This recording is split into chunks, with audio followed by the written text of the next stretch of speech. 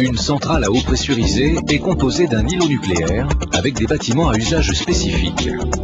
Réacteur, auxiliaire nucléaire, auxiliaire de sauvegarde, combustible, diesel. Elle comprend également un îlot conventionnel avec un groupe turbo-alternateur qui produit l'électricité.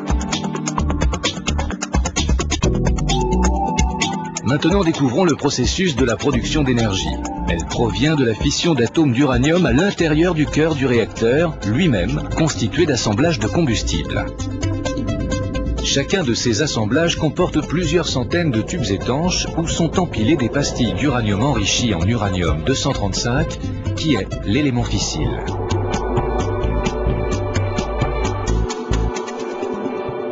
Quand un noyau d'uranium-235 est percuté par un neutron, il se casse en deux fragments et éjecte 2 ou 3 neutrons qui vont à leur tour casser d'autres noyaux fissiles et entretenir ainsi la réaction en chaîne. C'est la fission proprement dite. L'énergie des fragments dégage une forte chaleur au sein des tubes. Les tubes de combustible chauffent alors par simple contact l'eau du circuit primaire.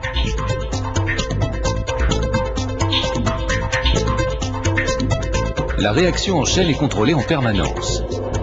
Des barres de contrôle constituées d'un matériau absorbeur de neutrons sont descendues plus ou moins profondément dans le cœur afin de réguler la réaction nucléaire.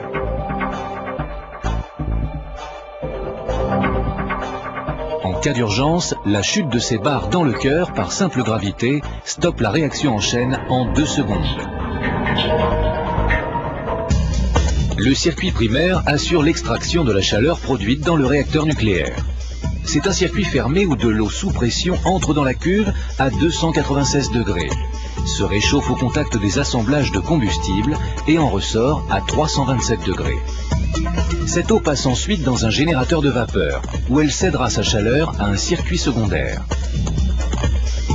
Une pompe force l'eau à circuler entre les équipements.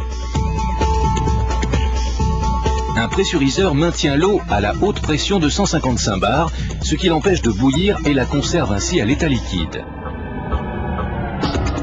D'où le nom de réacteur à eau pressurisée.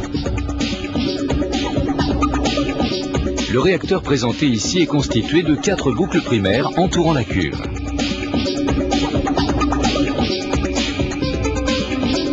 L'un des piliers de la sûreté des réacteurs nucléaires est l'interposition de 3 barrières étanches successives entre les produits radioactifs et l'environnement.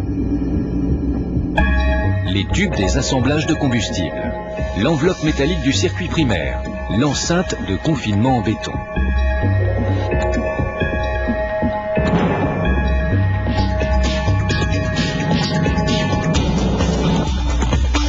À l'intérieur du générateur de vapeur, la chaleur emmagasinée dans le circuit primaire est transmise à un circuit secondaire. Cet échange se fait par l'intermédiaire d'un faisceau d'environ 6000 tubes en forme de U renversée. L'eau chaude du circuit primaire pénètre à la base du générateur de vapeur, transmet sa chaleur à travers les tubes et repart pour un nouveau cycle vers le réacteur.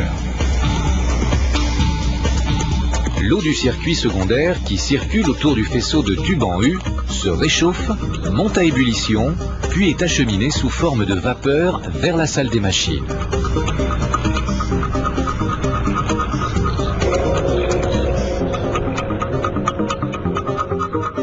Après son passage dans la turbine, la vapeur est retransformée en eau liquide et retourne vers le générateur de vapeur pour un nouveau cycle. La pression de cette vapeur entraîne le groupe turbo-alternateur qui transforme l'énergie thermique en électricité. La vapeur du circuit secondaire est refroidie à son tour par un troisième circuit qui peut être de l'eau de mer ou de rivière. C'est dans le condenseur que cette eau, pompée à l'extérieur de la centrale, refroidit le circuit secondaire.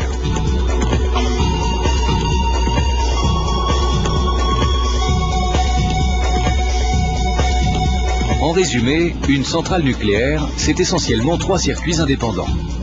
Circuit primaire et circuit secondaire, tous deux fermés. Et circuit de refroidissement ouvert sur l'extérieur. Tous trois concourent à transporter l'énergie libérée par la fission des atomes d'uranium et à la transformer en électricité. L'exploitation dans les réacteurs à eau pressurisée de cette technologie éprouvée et optimisée nous permet de répondre aux besoins en électricité de la façon la plus compétitive.